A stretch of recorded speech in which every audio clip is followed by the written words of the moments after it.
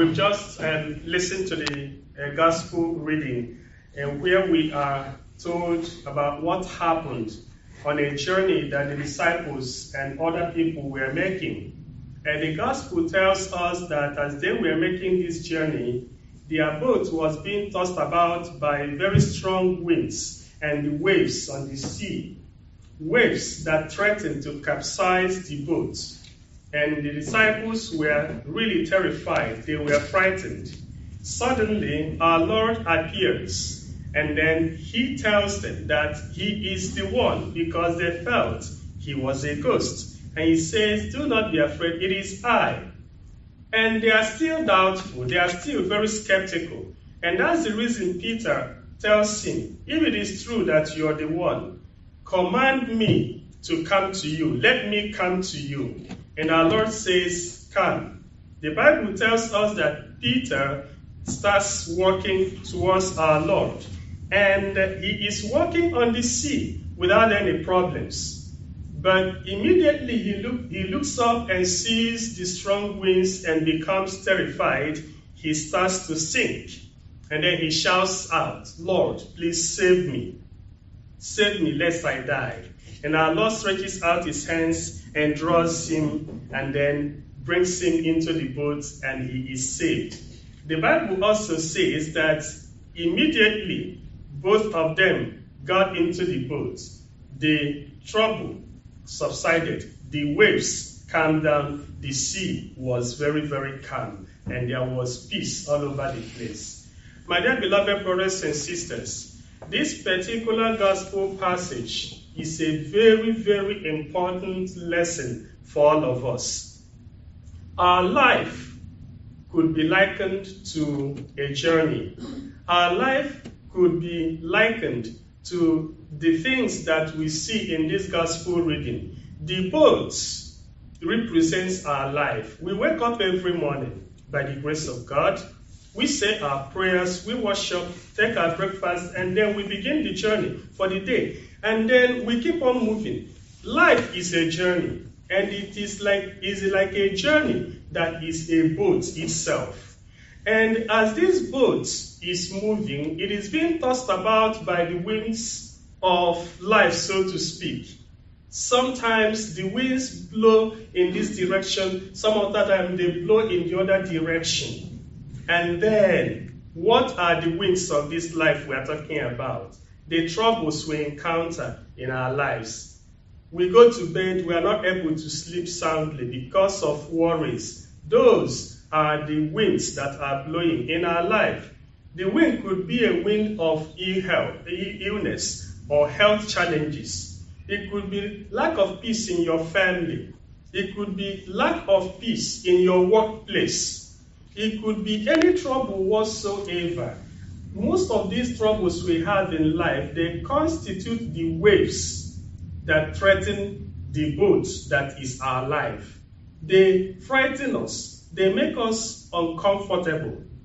They make us terrified, and we are worried because of the things that surround us. Sometimes we feel like our boat is sinking. It feels like all hope is lost. But the good message is this, that even when that boat is being tossed about by the winds of life, by the winds or the waves of the sea, our Lord Jesus Christ is lurking by the side. The problem is that very often we are blind, that we don't see him. The disciples had that spiritual sight to be able to see our Lord. Though they did not recognize him completely, they still had the intuition that this is our Lord. And Peter said, "If it is you, permit me to come to you."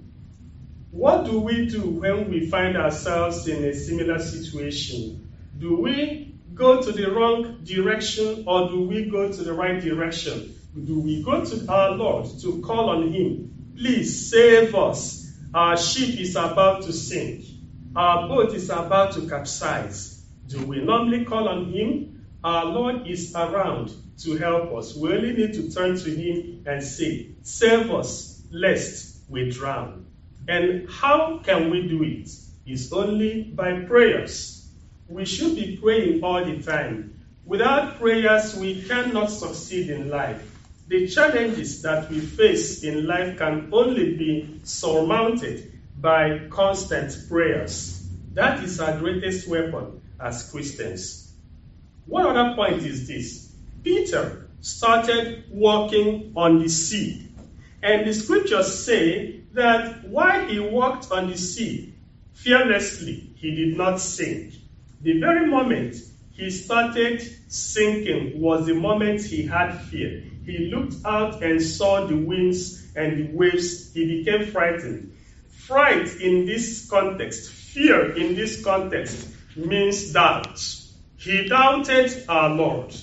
He did not have absolute trust in our Lord anymore because he felt that his troubles were greater than our Lord. That was the reason he started sinking. We should always know that however big our problems may be, they are nothing before our Lord.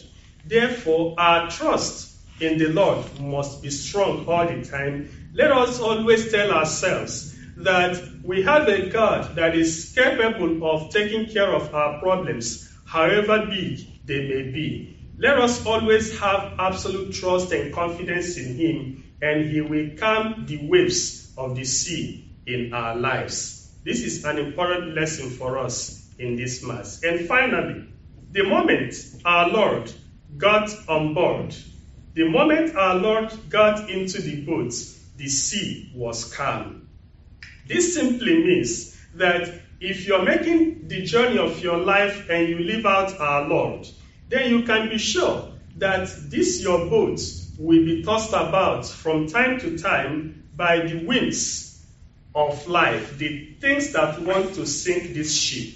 And so if you want to travel safely, if you want to have a smooth journey, why not bring the Lord on board from the very moment you are setting off for the journey? In fact, it is the best that you make our Lord the captain of the ship so that He will guide you safely and take care of every and any challenges that might arise on this journey.